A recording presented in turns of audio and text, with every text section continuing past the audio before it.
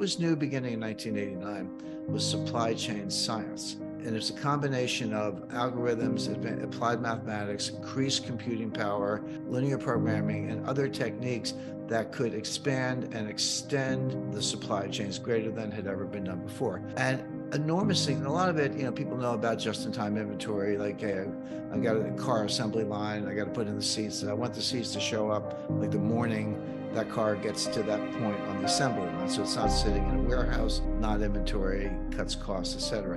Walmart invented something called cross-docking. What's that? Well, it used to be a truck went to warehouse, unloaded, and another truck pulled up, and you loaded the truck, and it went away. Well, Walmart said, why don't we just go from truck to truck, skip the warehouse? And that's called cross-docking. And then a Walmart store or Home Depot or Lowe's or others, the store is the warehouse. I mean, the reason they're so big is because they're warehouses. So it was like, okay, let's cut out the warehouse, etc. Let's go to China for cheaper labor. Let's consolidate our number of shipping lanes. Well, all that was done, and a lot more, for one reason, which was to cut costs, transportation costs, labor costs, energy costs, inventory costs, financing costs, etc. And they did. And this helped to keep costs under control. And Walmart and Amazon were probably the greatest practitioners, but many other firms did it. The problem was there was a hidden cost. While they were cutting all these visible costs and reducing the cost to the end consumer, there was a hidden cost, which was they were making the thing more and more frail, less resilient, less robust, etc. To the point where if one section broke down, the whole thing collapsed. I give an example like a loaf of bread. It's like, hey, I got a loaf of bread in the store. Maybe you don't now because of what's going on. Well, okay, but a loaf of bread comes from a baker. It needs a wrapper that's either going to be plastic or paper. It had to get there by a truck. Trucker had to take the bread from the baker to the distribution center or the store. The truck needs diesel. You need a truck driver. Someone's got to make the truck. Let's go over to the baker. Baked in an oven. Where'd the oven come from? Where did the manufacturer get the tempered glass and steel to build the oven? And you need energy to run the oven. And by the way, where did the baker get the flour? Got it from a mill. Where did the mill get it? They got it from a farmer who grew the wheat. That also had to be transported by train or truck from the farm to the mill. And then the farmer needs a tractor and diesel and harvesters and by the way, nitrogen fertilizer, which comes from Russia, etc. So the point being, there's an immense supply chain in a loaf of bread. When you go through, wrapper, baker, ingredients, wheat, farmer, transportation, et cetera. And every link in that supply chain has its own supply chains of, where trucking firms get the truck drivers, et cetera. And so I came to the conclusion that the supply chain is not part of the economy. The supply chain is the economy. There's nothing you can think of that doesn't have a supply chain behind it. Now, that's true. And then you stretch these things immensely to cut costs. You've created an enormous fragility. And give you a real concrete example.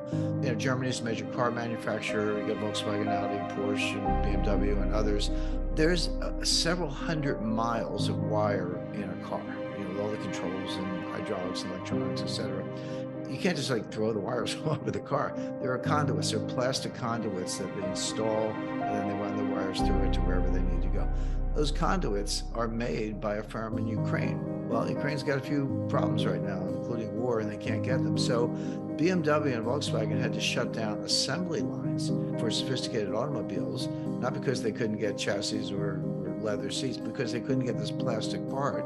Because you got to put that on first, so you run all the wires through it. So the war in Ukraine is a big subject in and of itself, but for the lack of a plastic part, a conduit, you had to shut down major automobile assembly lines in Germany. I can give 100 examples, Dave, but the point is, in the name of efficiency and lowering costs, we've created enormous fragility, and now it's all breaking down, and it's going to be a big job, 5 to 10 year job to put it back together. And then it kind of feeds on itself. And so what happens when systems like this broke down? So, for example, I like a particular brand of salsa, I like hot sauce, So I go to the supermarket. This is a real story. This happened. I go to the supermarket, and there's none on the shelf. They don't have it. I go back the second time. They don't have it. I go back the third time. They got it in a case. It was like a whole case. But I usually buy 2 jars. Well, now I buy 10 jars because I'm like, well, I don't know what's going to happen the next time. Maybe they won't have it. That's called safety stock. You buy some extra inventory. So I pay for that out of my pocket, but it's on the shelf behind me here. But the point is, I'm financing safety stock in my own house because I can't rely on the store to have it in the back room. Well, what does that do to the next person who wants hot sauce? They don't get any because I took it all. And same thing happens to me and some other product, and everyone's doing the same thing. So you can call it hoarding, you can criticize it. It is inefficient and it costs money, but that's how people react to real supply chain shortages, which of course only makes it worse because now, who knows when the next shipment of hot sauce is coming in. I talked to the guy who probably the individual who the single most responsible individual for the creation of the modern supply chain. He said, Jim, you have to understand, it took us 30 years to build this. It took 3 years to blow it up. It's not coming back overnight. It's going to take 5 or 10 years or longer to create the new supply chain. And that's what, as I mentioned, chapter 3 is about. So what I describe is what I call a college of nations. Janet Yellen has referred to it as friendshoring. Emmanuel Macron refers to it as a constellation of nations. But the idea is we're still going to have a supply chain. We always will. But it'll be like a club. And to get in this club, you're going to have to be a democratic, liberal society. I don't mean the politics. I just mean those in the political science sense or the political philosophy sense. But it would be, for example, United States, Canada, New Zealand, Australia, Japan, Western Europe, UK, probably India, and other countries around the world, probably Brazil. But there'll be countries with shared value, good rule of law, good concern for humanitarian issues, et cetera, who will trade with each other. But it won't include China.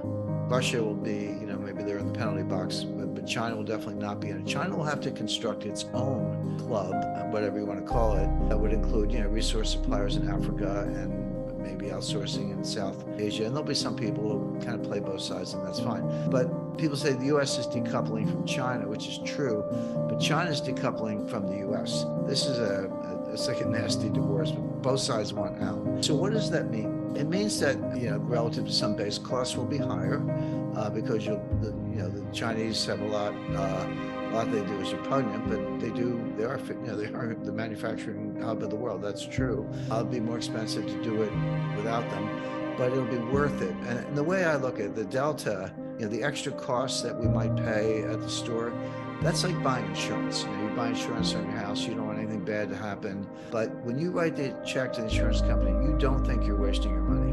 You think that's money well spent, and heaven forbid if something does happen, you're covered. Well, it'll be the same thing in supply chain 2.0. Things might be a little more expensive, but will be much more resilient, much more robust. And again, Deb, I can give you concrete examples because I can tell you the theory all day long, but I think the examples are much more meaningful. So Taiwan Semiconductor Manufacturing Corporation, biggest and most sophisticated semiconductor manufacturer in the world, based in Taiwan, obviously. They've just announced 2 $10 billion plus fabrication plants that they're building in Arizona. And so there's $30 billion plus going into new fabs, semiconductor fabrication plants, brand new, state-of-the-art. It's going to take 3 to 5 years to build in Oregon and Arizona. Well, why aren't they building in Taiwan? Well, because Taiwan's in the crosshairs of China. And there's something called the U.S. military has a doctrine, they call it the broken nest theory. If China invades Taiwan, either the Taiwanese or the U.S. or both are going to burn Taiwan Semiconductor to the ground. They're going to destroy it because they don't want it to fall into the hands of the Chinese communists. Taiwan knows that, like, okay, we're one step ahead of the shoe shine. We're going to build new plants in the U.S. But this is a concrete example of what I'm talking about, where we're still going to have semiconductor supply chains. They're going to have to get silicon and other, components from somewhere. But it'll be this club, what I call the College of Nations. We're going to cut our ties to China. We already are. And again, many examples of this. So it won't be everything in the United States. It won't be autarky, nor should it. But it will be sourcing in Australia and Japan and Germany, not China and not